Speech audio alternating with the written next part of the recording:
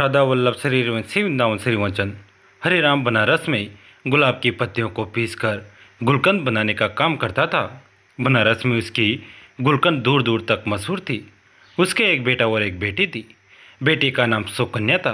बेटी गुलकंद बनाने में अपने पिता का पूरा साथ देती थी और इस काम में अपने पिता की तरह माहिर थी। सुकन्या के स्कूल में पढ़ाई के साथ साथ नृत्य कला, गायन कला और वाद्य कला का भी अभ्यास कराया जाता था। सुकन्या ने वाद्य कला में बांसुरी का चुनाव किया और उसमें वह पूरी तरह निपुण हो गई थी। स्कूल में जब भी कोई धार्मिक समारोह होता तो सुकन्या बांसुरी बजाकर सबका मन मोह लेती थी। हरिराम बनारस में तो गुलकंद का व्यापार करता ही था। वह हर शहर में जाकर गुलकंद बेचा करता था। इस काम में उसकी बेटी उसके साथ जाती थी क्योंकि उसका बेटा अभी छोटा था और उसका ज़्यादा रुझान पढ़ाई की तरफ था। लेकिन सुकन्या को अपने पिता का साथ देना बहुत अच्छा लगता था। ऐसे ही बाप बेटी हर शहर में जाकर गुलकंद बेचकर अच्छी कमाई कर लेते थे। एक बार वृंदावन में गुलकंद बेचने का उनको सौभाग्य प्राप्त हुआ। दोनों बाप बेटी वृंदावन में एक धर्मशाला में ठहरे। हरिराम का नियम था, जब भी वह दूसरे शहर में जाता तो सबसे पहले बनाई हुई गुलकंद को वह किसी मंदिर में भोग लगाता था। वृंदावन में आकर जब उसने गुलकंद बनाए तो उसने एक दोने में गुलकंद को रखा और अपनी बेटी के साथ राधा रमण जी के मंदिर के प्रांगण में गया और वहां जाकर गुलकंद से भरा हुआ दोना सुकन्या और उसके पिताजी ने राधा रमण जी के चरणों में रख दिया। मंदिर के पट अभी बंद थे, तभी सुकन्या जो हर रोज अपनी बांसुरी का अभ्यास जरूर करती थी क्योंकि बांसुरी बजाए बगैर उसको चैन नहीं आता था, तो मंदिर के प्रांगण में बैठकर आज राधा रमण जी को अपनी बांसुरी वादन सुनाने लगी। बांसुरी की धुन छेड़ते ही मंदिर के प्रांगण में ऐसा माहौल बन गया कि हर कोई उसके बांसुरी की धुन को सुनकर मंत्रमुग्ध हो गया। जब मंदिर के पट खोले गए तो गोसाई जी ने हरिराम और सुकन्या के लाए हुए गुलकंद के दोने को राधा रमण जी के आगे रख दिया। गोसाई जी जो कि राधा रमण जी के हर भाव से परिचित थे, उन्होंने आज देखा कि राधा रमण जी के मुख पर आज बहुत प्रसन्नता का भाव है। उनके मुख की मुस्कान बहुत ज़्यादा तीखी हो गई थी और राधा रमण जी और सभी लोग उसकी बांसुरी की मधुर धुन सुनकर मंत्रमुग्ध हो जाते हैं। ऐसा कितने दिन चलता रहा। हरिराम ने कहा कि बेटा, अब हमें आए हुए काफ़ी दिन हो गए, अब हमें अपने नगर वापस चलना चाहिए। लेकिन न जाने राधा रमण जी की कैसी इच्छा थी कि जब भी वो जाने का प्रोग्राम बनाते तो हर बार उनका जाना ना होता, वो फिर वहीं रह जाते। ऐसा करते करते उनको वृंदावन में रहते 2 महीने हो गए। सुकन्या तक का तो यहाँ से जाने का मन ही नहीं कर रहा था क्योंकि वह तो राधा रमणा की दीवानी हो चुकी थी और उधर राधा रमण जी जो कि आज तक अपनी बांसुरी की धुन से सारे वृंदावन में रमण करते थे, अब तो सुकन्या की बांसुरी की धुन सुनकर मंत्रमुग्ध हो रहे थे। कई बार ऐसा होता था कि रमणा रात को विश्राम के लिए भी देरी कर देते थे क्योंकि उनको बांसुरी की धुन बहुत प्रिय लगती थी। जब इनको सुलाने के लिए मंदिर के पट बंद करने के लिए गोसाई जी जाते तो किसी न किसी बहाने राधा रमण जी मंदिर का पट बंद ही नहीं करने देते। ऐसा कई बार गोसाई जी ने देखा था। वो समझ चुके थे कि सुकन्या की बांसुरी की धुन राधा रमणा को पसंद आ चुके हैं। अब यहाँ से सुकन्या और हरिराम का जाने का समय आ गया। बड़े ही भारी मन से सुकन्या और हरिराम राधा रमण जी को छोड़कर अपने नगर बनारस चल पड़ी। जब सुकन्या राधा रमण जी के मंदिर से निकले उसके कदम आगे बढ़ नहीं रहे थे। उसको ऐसे लग रहा था कि उसके पाँव में किसी ने बहुत भारी वजन के पत्थर रख दिए हो और वजन के कारण उससे चला नहीं जाया जा रहा था। अब सुकन्या अपने घर बनारस आ चुकी थी, लेकिन उसका मन तो उस मोहिनी सूरत वाले वृंदावन के कटाक्ष नेत्रों वाले गहरी मुस्कान वाले राधा रमणा ने हर लिया था। अब तो सुकन्या का अपने घर बिल्कुल मन नहीं लगता था। उसका मन करता कि वो भागकर मंदिर के प्रांगण में चली जाए। ऐसे ही कितने दिन चलता रहा। एक दिन सुकन्या अपने माता पिताजी के साथ रसोई घर में खड़ी थी। तभी अचानक से उसको जोरदार चक्कर आया और वह बेहोश होकर गिर गई। जब डॉक्टर के पास उसको ले जाया गया, डॉक्टर को इसकी बीमारी समझ ना आई, लेकिन जब उसके पिताजी उसको बड़े अस्पताल में लेकर गए तो डॉक्टरों ने जब उसकी जांच की तो पता चला कि उसके हृदय में छेद है। घर के सब लोग सदमे में आ गए। ये हमारी बेटी के साथ क्या हो गया? डॉक्टर ने बोला कि अब आपकी बेटी ठीक नहीं हो सकती। ये कुछ दिनों की मेहमान है, लेकिन इसके बारे में सुकन्या को नहीं बताया गया। सब लोग उसको ऐसे दिखाते कि तुमको कोई मामूली सी बीमारी है और तुम्हें कुछ भी नहीं हुआ है। लेकिन सुकन्या को थोड़ा सा संदेह हो गया था।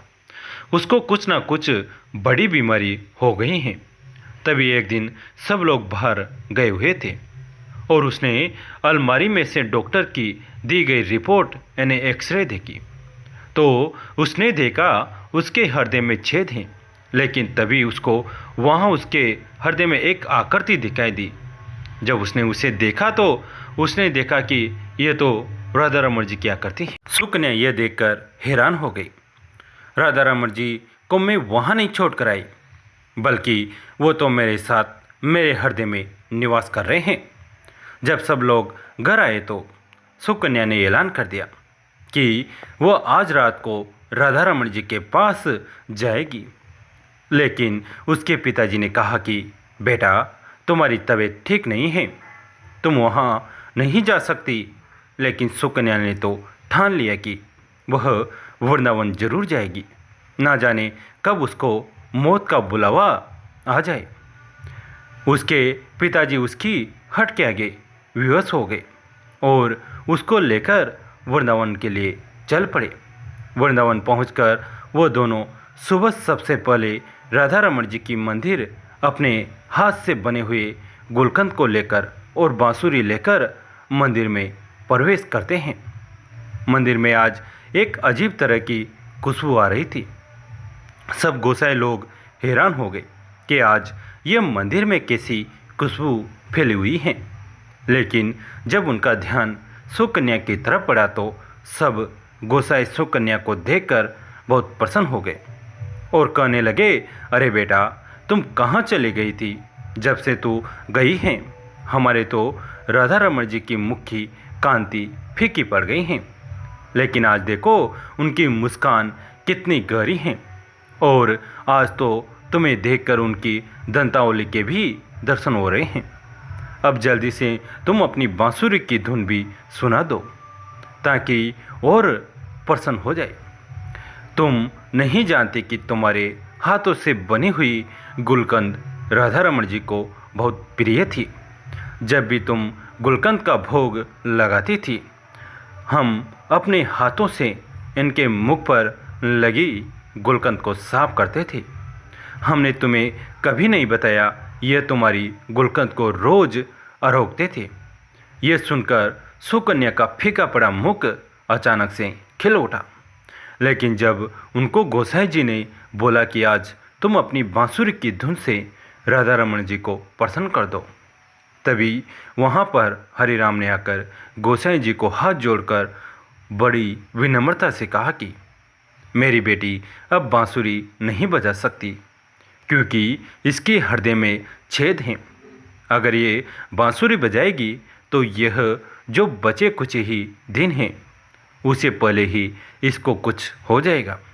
हरिराम गोसाई जी से प्रार्थना कर रहा था, लेकिन उधर सुकन्या बांसुरी बजानी शुरू भी कर चुकी थी और लगातार 4-5 घंटे आंखें बंद करके राधा रमण जी के अपने हृदय में दर्शन करते हुए बांसुरी बजाती हैं। हरिराम यह देखकर हैरान होता जा रहा था। इतनी बीमार लड़की बांसुरी वादन कैसे कर सकती है। जब सुकन्या ने बांसुरी को विश्राम दिया, तभी मंदिर में माथा टेकने के लिए दिल्ली से एक बहुत बड़े डॉक्टर का परिवार आया हुआ था।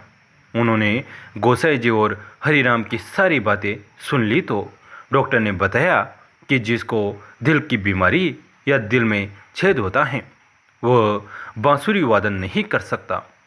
आप लोगों को ज़रूर कोई गलतफहमी हुई है।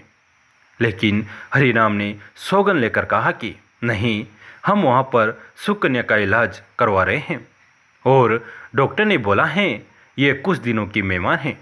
मंदिर में आए हुए डॉक्टर ने दोबारा उसके दिल की जांच की तो उसने भी देखा कि सुकन्या के हृदय में तो छेद हैं, लेकिन वह छेद किसी चीज़ का उस पर आवरण है। लेकिन उसको कुछ समझ नहीं आ रहा था। किसी को यह नहीं पता था कि बीमारी सुकन्या के दिल में हुए छेद को खुद राधा रमन जी ने वहाँ पर विराजमान होकर अपने आप से ढका हुआ था।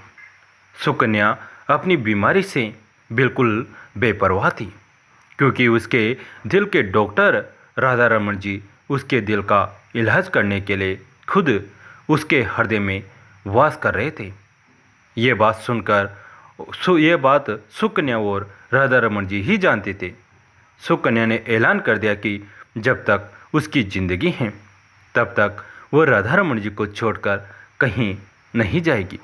उसके पिता ने उसको समझाने की कोशिश की, लेकिन वो अपनी बात पर अड़ी रही। इस बात को 25 साल हो गए। सुकन्या के बाल सफ़ेद हो चुके थे, लेकिन राधा रमन जी की कृपा से उसका हृदय आज भी तंदुरुस्त था। उसको कुछ भी नहीं होता। जिस पर लालजू की कृपा हो जाए उसको कोई बीमारी छू भी कैसे सकती हैं। अगर कभी भूलवश कोई बीमारी उनके भक्तों के पास भी आ भी जाए तो लालजू इतने कृपालु हैं कि उनकी कृपा से सारी चिंताएं, सारी बीमारी छू मंतर हो जाती हैं। कैसे लगी आज की कथा? अगर अच्छी लगी तो इसे अपने दोस्तों के साथ, फैमिली के साथ शेयर करें। कहानी तक सुनने के लिए आप सभी का तहे दिल से धन्यवाद।